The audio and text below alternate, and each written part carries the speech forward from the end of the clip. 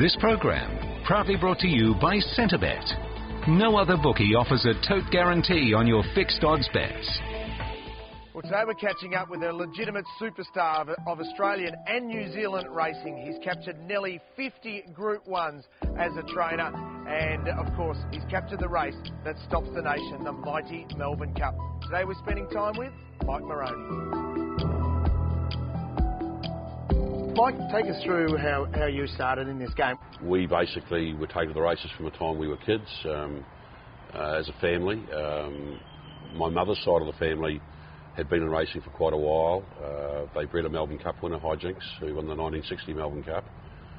And my grandfather on my mother's side came out with Seton Otway on the same boat, basically. Right. And they were very, very good friends, and hence most of the mares went to Foxbridge and Pride of Kildare and stallions that were standing there. So he actually died before I was born, and so it was really my grandmother who ran the estate that was officially the breeder of Hijinks, and they sold her as a yearling down at the national sales. But we'd come home from church on Sundays, and there'd be a photo there of Hijinks. It was a 3-horse finish, Housie and a Lump. They flashed across the line, and when we were kids, we remember staring up, looking at the photo, and thinking it was such a big photo. But as it was actually passed on, the photo to my brother Paul after our grandmother died, and it's only small little photos it turns out. But when we were kids, we thought it was a great big photo, and that was we've always interested in. Mum and Dad were dairy farmers, but they really loved racing, and on both sides of the family, and took us to the races whenever they could. And I remember an instance when I think at the age of 7 they left me at the races by mistake. I think it was by mistake anyway. And I was there peering through the birdcage fence and hadn't moved, just in awe of the horses and racing. So my mother wasn't very keen for me to get involved in horses at all. When I announced that I was going to, she wasn't that happy, and I remember her dropping me off, and we knew the O'Sullivan family through church and that. So I remember saying to Dave, this is against my wishes, and Dave turned around and said to her, look, it's long hours, there's a chance you'll be home in 2 weeks.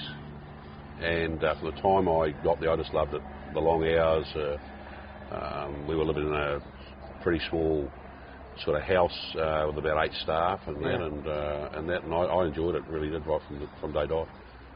To train a good sized team, you've got to have the right temperament to be able to do it. And I think people get to a stage where they fit into what size team really suits them. And I was lucky enough in those days to be around someone that trained a good sized team by those standards in those days, and how he handled the whole thing with staff, owners, work-wise and feeding and that sort of thing. And temperament. I always see you at the races, and we see some very emotional trainers. But you always seem to take the big highs in your stride and also the lows, which comes to racing. Well, look, that's something that probably came from Dave as well. He always said to me, if you start jumping up and down and carrying on, you can't study what's actually going on.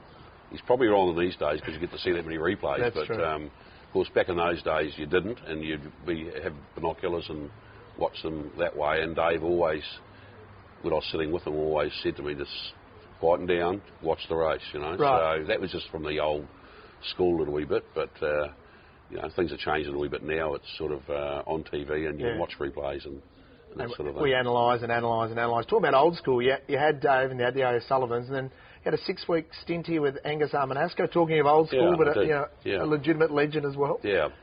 Well, Dave said to me, you're due holidays, and he said, but I'll send you on a working holiday. He didn't get too many holidays back in those days. And he said, I was just sort of thinking Bali, but okay. But in saying that was, he said, look, I met Angus Armanasco on my travels when he had UPIC over here, and became very close with Angus. So he asked Angus if I could come over, and so I sort of worked and went around with Angus, which was quite interesting. Lived in the house there, and spent 6 weeks there with him, and his question to me was, how do you train stayers? And my question to him was, how do you train sprinters? So it's quite interesting to watch him and his questions of me, and that through the whole thing. But look, I drove around with Angus to all the races. He owned a lot of buildings around the place, and we'd stop and he'd go and collect rent and whatever. It was quite interesting. Really learned a lot in that 6 week period about Australia and the difference of the fact I trained them out of boxes compared to we had the luxury of boxes and paddocks at home and land and that. So it was a really interesting insight to me, and never thought really at the time, well, maybe one day I'll be back here training here in Australia. I didn't really think of it at the time, but really enjoyed the experience. And extending on to being a trainer in your own right in the early 80s, was it a big leap of faith, or just a natural extension for you? Yeah, well, see, what happened there was originally when Paul O'Sullivan wasn't going to train, Dave spoke to me about a partnership with him, and then when Paul came into the fray, we started as a three-way partnership. About halfway through that first season, Dave came to me and said, look, there's a property for sale, which we're leasing at the moment, which he started off on, and I really think that, if you get the finance organised, I think I was 22 at the time, I think 22, he said, I suggest that what we do is we buy that property and you go out and have a go by yourself, and I'll back you, because really, with, Paul and I want to stay in partnership, it's a family thing, and I said, that was great, and he went guarantor for me. Fantastic. With banks and that, and I bought the property and had a huge mortgage at the age of 22. Wow. And had 5 of my own to train, and the rest were Dave's that I was pre-training. The first starter won, and then my second starter got beaten, and then my next 4 won.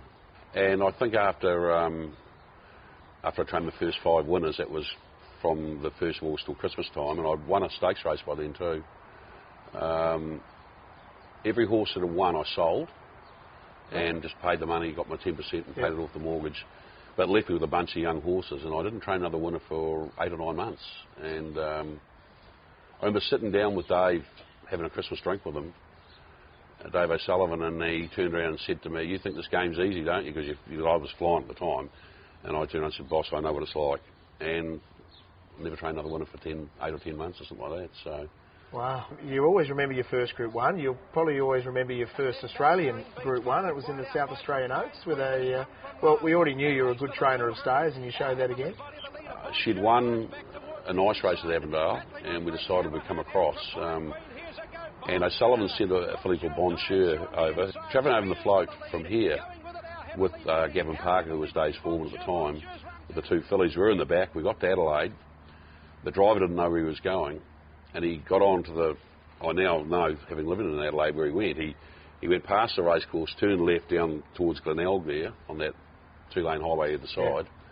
Then he realised he made the wrong turn, so he did a bit of a U-turn round, knocked the power pole over that was holding the power lines, and we're sitting in the back of it. We thought we'd been hit by a car or something, and it burnt straight through the big exhaust, because it's an Arctic truck, burnt straight through that, and then the next thing, everyone came running out of their houses, and it was still alive, the whole thing, and if the horses had actually urinated, they would have sizzled us. And I remember thinking at the time, looking at the horses, I said to Gavin, and they said, don't move, I'm going to realise what had happened, and thinking to Gavin, everything just goes through your mind when you think, geez, we could be killed here. Yeah. They couldn't have the Oaks. No way. First and second, so quite amazing trip it was, and then she was sold after that for big money, and as was Imperial Angel, strangely enough, they sold her on for good money, and that. So, but she broke down, never raced. I think she was in Gay Waterhouse's stable, and she never raced again. But she was a good staying filly, and it was a really memorable day, and the whole trip was just amazing. You know? That is an extraordinary story. Well, you were established as a trainer, both here in Australia and also in New Zealand. I suppose from an Australian point of view, and for me, a young guy interested in racing, I probably first knew about the Moroneys through Second Coming, winning one of our big classics here, the VRC Derby. Did you find when you won a race like the Derby here in Victoria that people started to really notice you? Brother Paul said to me, look, we've got our Derby runner, our Derby horse, Oakridge Colt, running at Rotorua, and he'd run 4th. And I think he'd run 5th this next start, and he said, I want to send him across. He's going to win the Derby. And I said, you've got to be mad. I said, he hasn't even won a race. He said, oh, if you're going to win the Derby, you've got to get there now. So I said, oh, okay, so pop him on a plane, and over we came. And he ran third at Flemington first start, and then he won at Moonee Valley. And I'd been home for the week. When I saw him on course, as soon as I saw him on course, I got hold of Paul. I said, have you been down to see your colt? And he said, no. I said, you want to see him? I said, he looks cut out of chocolate. He just looked glowing, improved out of sight week to week. I couldn't believe how much he improved. Right. And from the time I saw him on track, I knew that we were on target. And look, he was an incredible horse. Look, he won from 1,200 to 3,200 metres. That's right. He's the horse that really put me on the map here. And was a really special horse. Had a great nature and that. And yeah, well, it certainly was one of my favourites, second coming. Well, he was 25 to 1. He defeated Ty the Knot in winning that Derby. He was a good horse, but he's also important in your story because every trainer needs the moment, and the moment comes when you win the race that stops the nation. So second coming ties in because one year he ran third in the Melbourne Cup and he popped into a good stayer. Tell us about the Brew story. Yeah, well, quite interesting that, because I never really dream at all. And I said to my wife one morning, sitting down having breakfast after we worked the team, and I said, gee, I had a crazy dream last night. I dreamt that I trained the Melbourne Cup winner. I said it was Brew, and I said he had the black cap on, it was the second set of colours, and I said, well, won by a length and 3/4, but the only thing is they're going right-handed, and the Melbourne Cup's left-handed. I said, but the crazy thing is I'll never train Brew, because I said he's in work with the O'Sullivans in Sydney, and I'd stayed with the O'Sullivans during the autumn when he was during the spring. I had a horse called Great Commander, New Zealand's leading 3-year-old, and we stayed with O'Sullivans, and Brew was there as a spring 3-year-old, and he was colty, and I knew they always had an opinion of him, and never thought we'd ever get him. And 6 months later, I happened to be there with Paul O'Sullivan, and I just said to him, he just started out by himself, taking over the reins, and I asked him how things were going, and he said, oh, pretty quiet, but he said, I've sold a couple of horses. And he said, I've sold Brew to Singapore. I said, oh yeah, and he said, you saw him in Sydney, and I said, yeah, I did. He said, all he wanted was gelding. And he said, the guys in Singapore are just going to geld him. And I can't understand why the breeder has sold the horse. And got to the trials that afternoon at Matamata, and he walked up to me and said, you wouldn't believe it, the money didn't come through for that horse. And I said, is he still for sale? And he said, yep. So I rang Paul up and I said, Bruce for sale, we need to buy him. So we got a group of people, New Zealand and Australians, together and jumped in and bought him. So first year he went around the Melbourne Cup with the black cap on, and I told the owners then about my dream. Owners had booed anyway up till then. And he ran 10th. It was in Rogan Josh's Cup. That's right. But he just came back just a different horse that following spring. I just couldn't believe how much he'd improved work-wise. He could, at the end of his work, he could run home in 34 and that sort of thing, where he was flat running 40 before that. He was just a slow maturing big kid, and that he just clicked that season. We had trouble with second coming. He had run in the Caulfield Cup. We knew he was a horse that if you kept him fresh, he was better doing it that way. We knew we were always going to make the Melbourne Cup, so we planned to run him in the Caulfield Cup. He really ran home nicely, and we were really happy with the way he went. Straight in the Melbourne Cup. First day we were to go and do a bit of fast work with him, he hobbled off the track and got back here, had a foot abscess. I've got no doubt in my mind if he was 100%, he probably would have won it. He pulled his way to the front in the Cup, and Mike Coleman sat there. It was the day that Diatribe took off, and Mike had to follow him, because he said he's going to get flushed 7-8 wide if he didn't.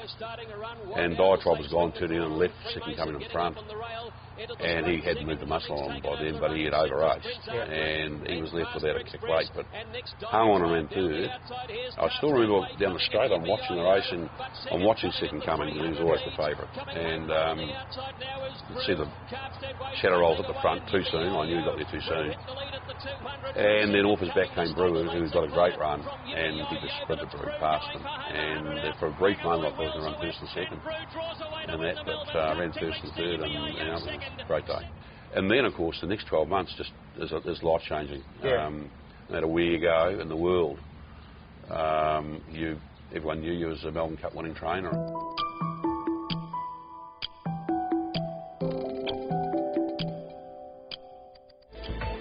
This program proudly brought to you by Centrebet. No other bookie offers a tote guarantee on your fixed odds bets.